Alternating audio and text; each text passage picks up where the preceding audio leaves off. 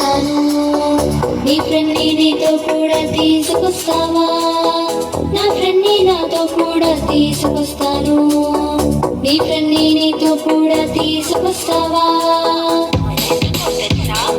ఎన్నో కొత్త పాటలు, వెరైటీ వెరైటీ ఆటలు, మంచి మంచి స్కిట్లు నేర్చుకుంటాము.